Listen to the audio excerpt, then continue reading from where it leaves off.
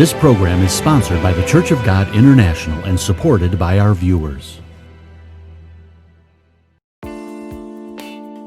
The God of Israel is not a God of confusion. No, He is a God of law and order. We need to keep in mind immediately upon freeing the Israelites from Egypt, it wasn't long thereafter that He gave them His law. And this was to ensure this tiny nation that He was indeed with them, as long as they remained with Him. However, today, those nations that have adopted the God of Israel to be the basis of their religious foundation have abandoned those laws, and instead chaos and anarchy seem to be growing within the borders of these countries. Violence and destruction resulting in so much loss of life and tragedy has occurred within many of the cities across these lands. Why do you think this is? Well, on today's program, we will explore these conditions and present some plausible reasons these circumstances have literally exploded around the world. So stay with us as we share this information with you right out of your Bible. In times like these, we need the armor of God for the well-being of our families, to help you stand in the evil day. The Church of God International presents Armor of God, a program of biblical understanding. And now your host, Tony Buchert. Well, hello there, friends, and welcome to another international telecast of the Armor of God. Now, I'm sure you're a lot like me, but it seems like the older I get, the more I start to reminisce about the good old days. You know, those days in which you had very little to worry about, in which mom and dad took care of everything. They went to work, they paid the bills, and it seems like we were just left to ourselves a lot of time to either play or go to school. It was really a wonderful existence because we didn't really worry about a whole lot. And I was sitting here thinking about my days in high school, and I think it's because I've come in contact with a lot of old high school friends lately, and we've been talking a lot about some of these good memories and some of the fun times and some of the things that we got ourselves into that may not be considered funny now, but a lot of things that we came out of and came through as a result of our teenage years. We sit there and we think to ourselves, and we actually say to each other, isn't it amazing that we turned out the way that we did? We never thought that we'd be like this. We never thought we would make it in life, because it was hard to see ourselves beyond our high school years, because everything was just always so immediately in the moment, and that's all that really mattered. And when I was thinking about my high school days, I had to stop and think to myself, and I don't know about you, but I was one of those guys that I didn't like high school. It wasn't the sense of social activities or friends, those kind of things I love, from playing football to the school dances to the extracurricular activities to all the fun parts about high school. And I'm sure that you have your own memories, and as I'm saying this, you're going back in your mind, and maybe some events that were very important to you and endearing to you are flooding your memories right now. And that's all fine and good. But the one thing that I can remember about high school is that you would always be sitting there in the morning times or during lunch, and the bell would ring, and you'd have to slam your locker closed and run to the classroom because you spent a little bit too much time, I should say, than talking to your friends. Well, you should be getting ready for the class. So you do the best you could to beat feet and get into the classroom before that second bell rang, and before the teacher would count you tardy, and then you would get some sort of in-school suspension or whatever they're doing now, I'm not sure. But there's always something that bothered me about school.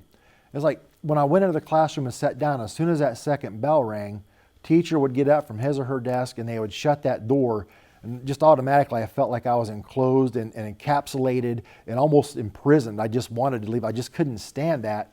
And as a result of that, I didn't fare very well as far as academia is concerned. I didn't have very good grades. I just didn't really do myself any favors in that regard. However, as I was talking to my friends, I had to think fondly of one teacher that really impacted me in high school, who kind of broke those barriers and some of those notions that I had about school. And he was really just a neat guy who really influenced a lot of my thoughts. He taught me a lot about debate, taught me about fallacies and logic, taught me how to hold my own when it comes to debating and things like this. And the ironic thing about this is his name was Mr. Wynn. He wasn't a debate teacher. He wasn't an English teacher, typical classes that you would find yourself engaging in this type of learning. No, you know what he was? He was an ecology teacher. And if you go back to your days of school, you might remember that ecology, and this is what he taught me about, is the study of one's environment and the animals that participate or live in that environment, and how they are a part of this symbiotic relationship, and how this thing called nature just kind of functions on its own. And it really is kind of a wonderful thing when you see it, how it's all designed. But sometimes, we don't consider beyond the physical, because we talk about pollution in our environment and these kind of things, but we need to consider more the spiritual condition, the Christian ecology that we find ourselves in. But before I get into all of that, let me just say this real quick.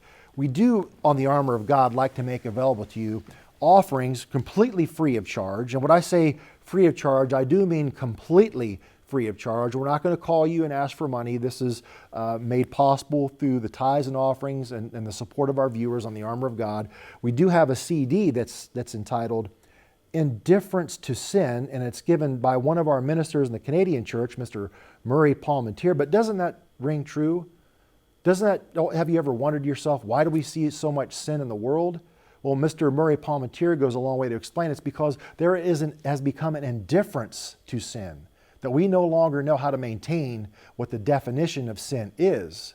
We've more or less, we've kind of gone on our own and maintained this amoral approach to things, and Mr. Murray Palmentier explains a lot of that. In addition to that, we have a booklet we'd like you to receive, and it's entitled, What is Sin? And that's the one thing that people have a hard time really defining when you kind of see all these activities going on out there in the world. It seems to be and is that people are deciding for themselves what's right and what's wrong. But have we considered what God says is sin? It's a very important question, especially if we're Christians.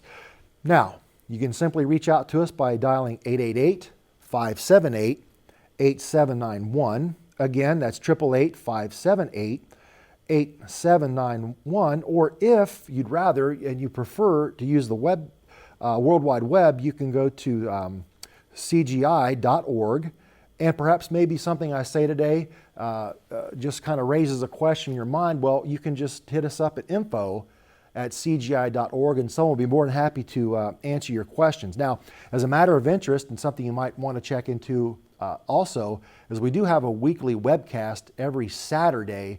Now, you want to make sure before you view the webcast that you go on to the web and find out what time it's on, because the times may vary. Okay, getting back to the topic of this study of ecology, and we've talked about the physical environment.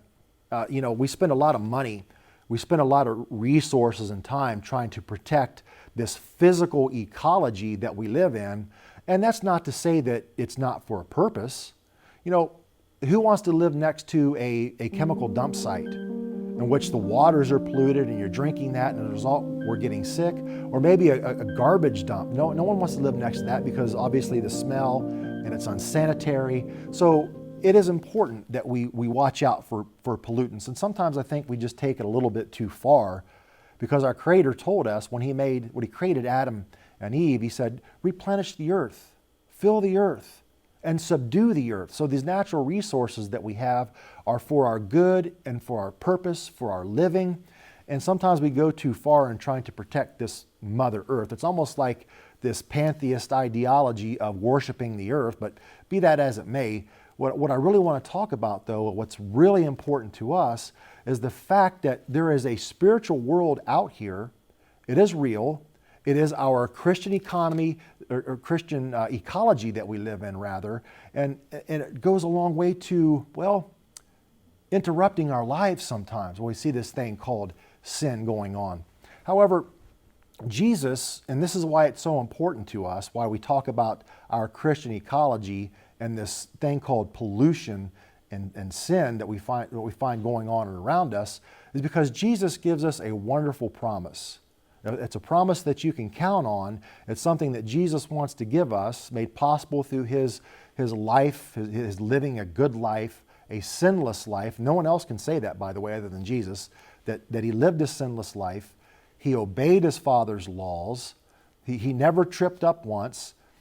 He's the only one in every entity that people would consider deity, even the false gods, the lowercase g gods that people want to say are deities like Buddha and so on like that. You know what makes your Savior so unique from other supposed deities? He's the only one to ever make the claim that he was God. No one else can make that claim. No one else did. But Jesus died for those words. Jesus died for saying, before Abraham was, I am. You remember? And the priest got so mad he tore his clothes, which is a more symbolic of pronouncing the death penalty more than it was to recognize the priest had a temperament issue. It was just simply a pronunciation or pronouncement of his death. But here's the promise that Jesus wants us to obtain. It's found right in the book of John chapter 14, and he's in verses 1 and roughly verses 4. He says, "Let not your heart be troubled. You believe in God, believe also in me. In my Father's house are many mansions. If it were not so, I would have told you. I go and prepare a place for you, and if I go and prepare a place for you, I will come again and receive you to myself, that where I am, there you may also be, and where I go, you know, the way you know." That's another thing that Jesus made the claim to. See, Buddha claimed to know the way to enlightenment. Jesus claimed to be that light, not just to know the way. So our Savior is very much a matter of fact of history, and he did exist. His life, his death, his burial, and his resurrection are all a matter of historical fact. You know, even the atheists won't argue that there's an empty tomb. They'll just debate us on the fact of how the tomb got emptied. But be that as it may, we're talking about this thing called ecology and the pollutants in the world, and we talk about the life cycles of animals and how everything works in this perfect symbiotic relationship. You know what else the ecology has in regard to the animals? It also has predators and prey.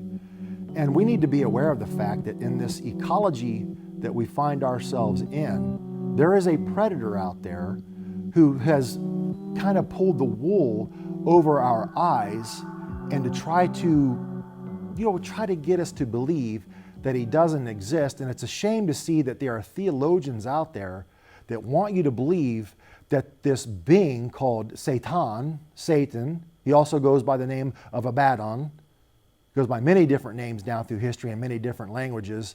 It's a shame that theologians want you to believe that Satan, or this great predator on Christians, as he sees us as prey, they want you to believe that this creature that is real, a spiritual being, is nothing more than here's what they say.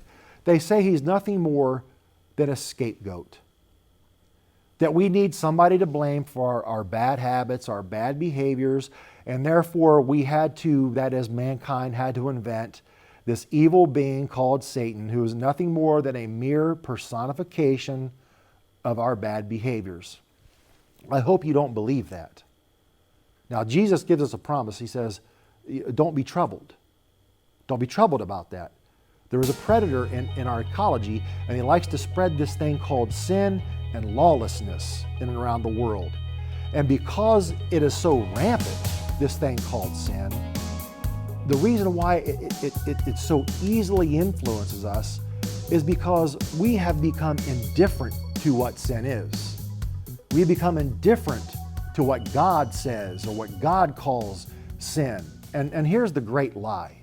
The great lie that this creature called Satan, the biggest lie ever told to humanity, you know what that lie is? That he doesn't exist. That he's not real.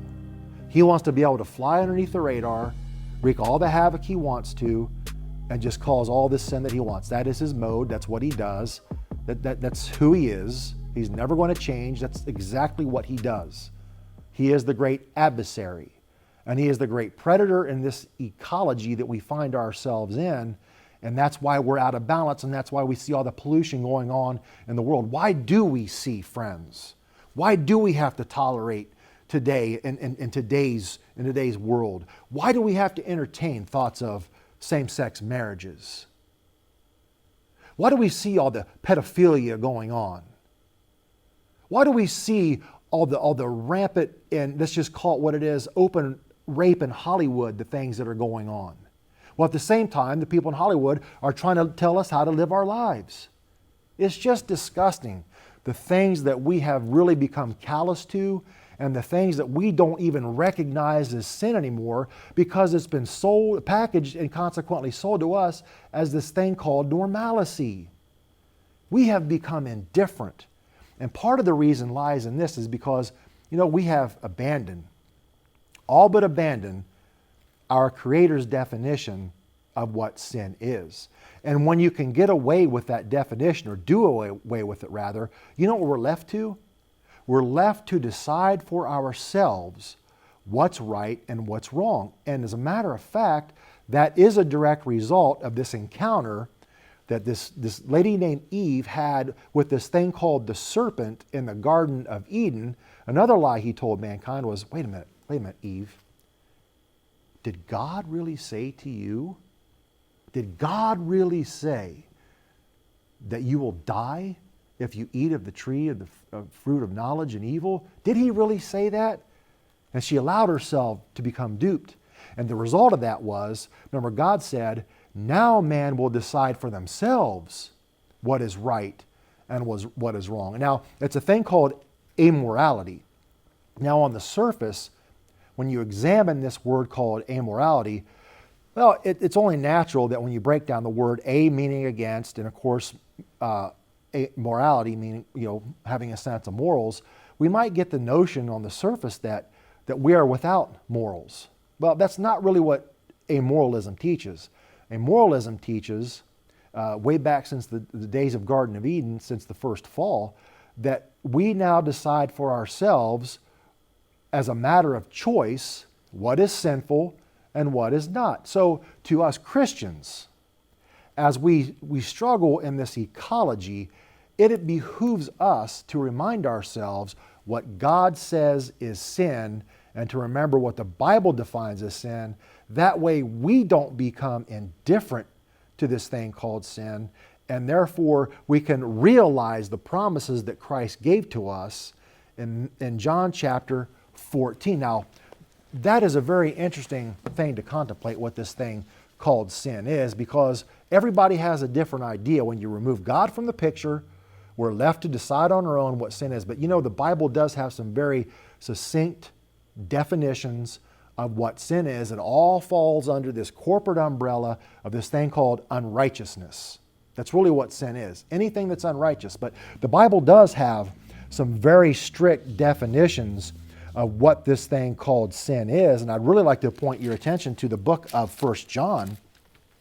1 John chapter 3, because I think this really cuts to the heart of the issue and really gives us a very firm definition of what sin is. And I'll tell you what, we have all but forgotten it. And in the book of 1 John chapter 3 and verse 1, this is what we read, breaking into the context. We read, "Behold, what manner of love the Father has bestowed upon us, that we should be called the children of God.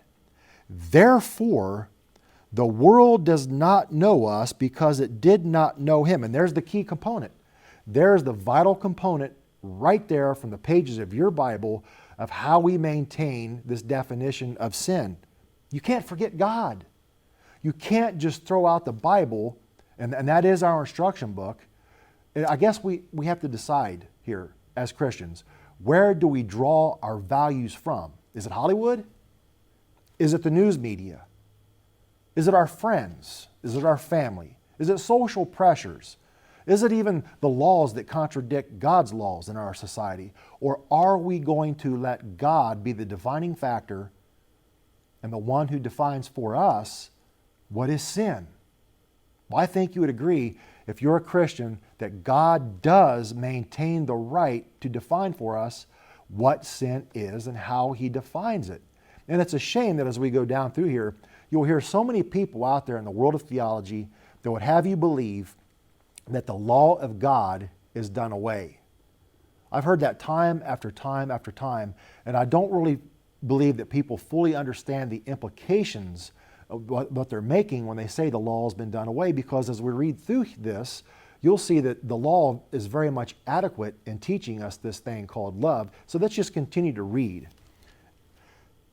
Beloved, now we are the children of God, and it has not yet been revealed what we shall be, but we know that when He is revealed, we shall be like Him, for we shall see Him as He is. What a great promise, to be like God, to see Him as He is, if we just maintain our watch in this polluted ecology of sin. We just got to watch it. We just got to maintain the line here. And we go on down and read. And everyone who has this hope in Him purifies himself just as He is pure.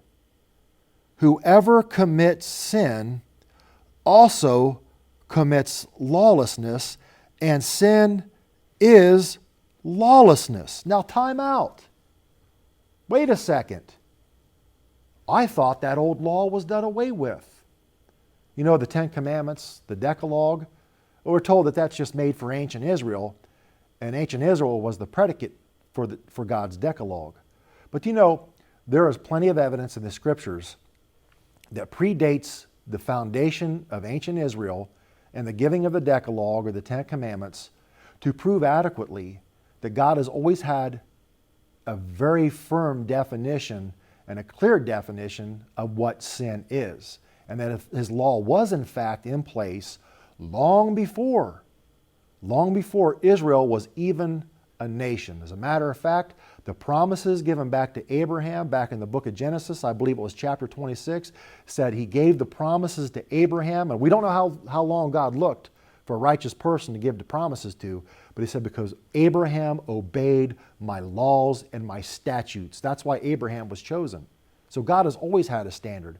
What is the definition of sin? Well, in the Greek, the word is harmateia, or harmateia.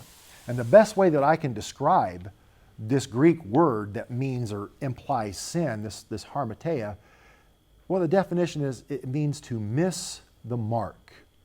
Now, let's put this in modern terms of how we miss the mark. Now, some of you who may play this game, you've seen it at picnics called cornhole.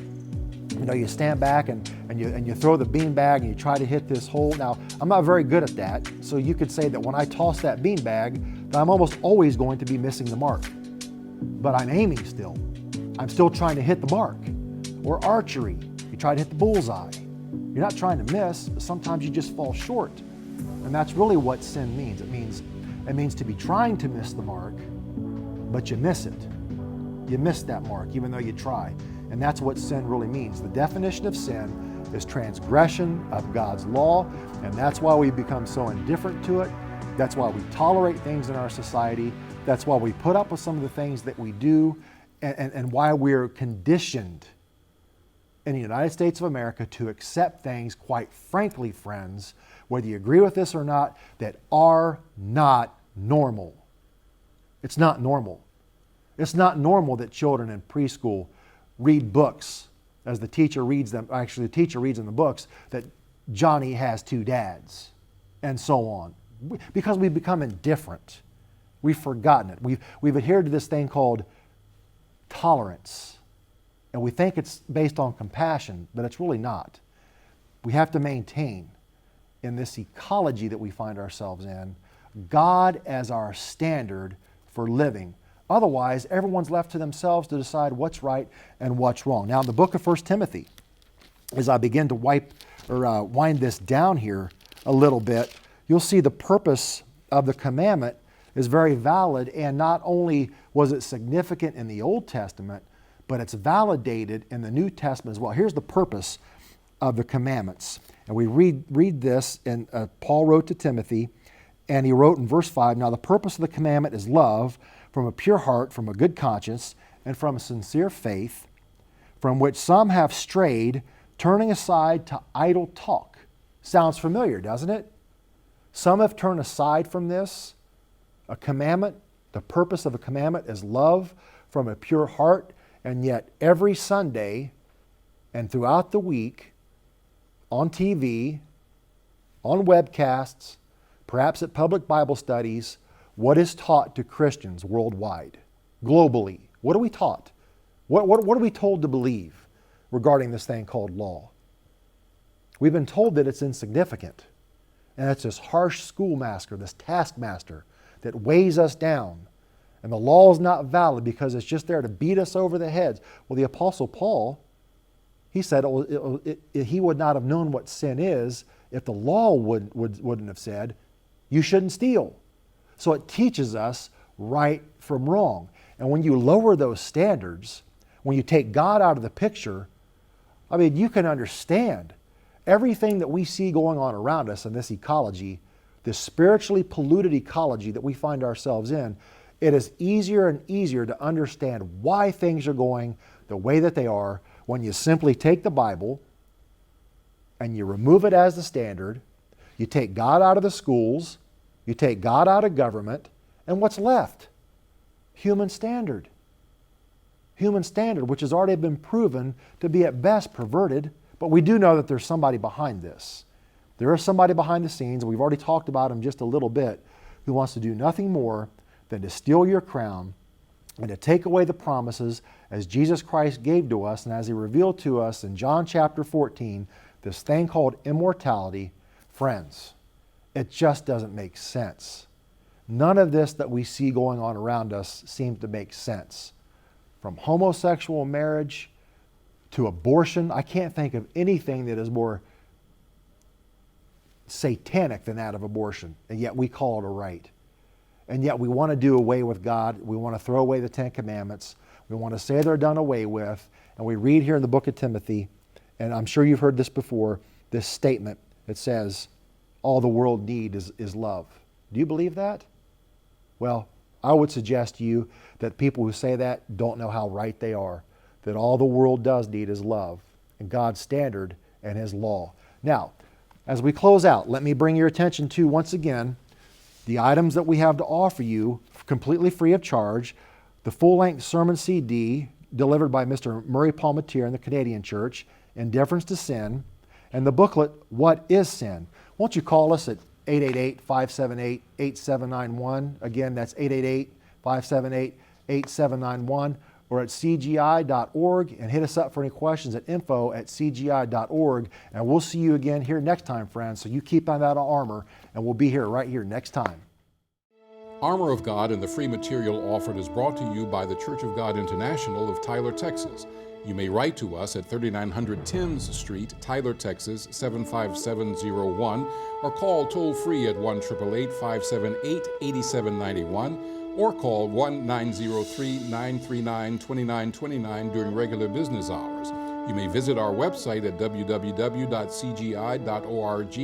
or email us at armorofgodcgi.org. We appreciate your prayers and support. This program is sponsored by the Church of God International and supported by our viewers.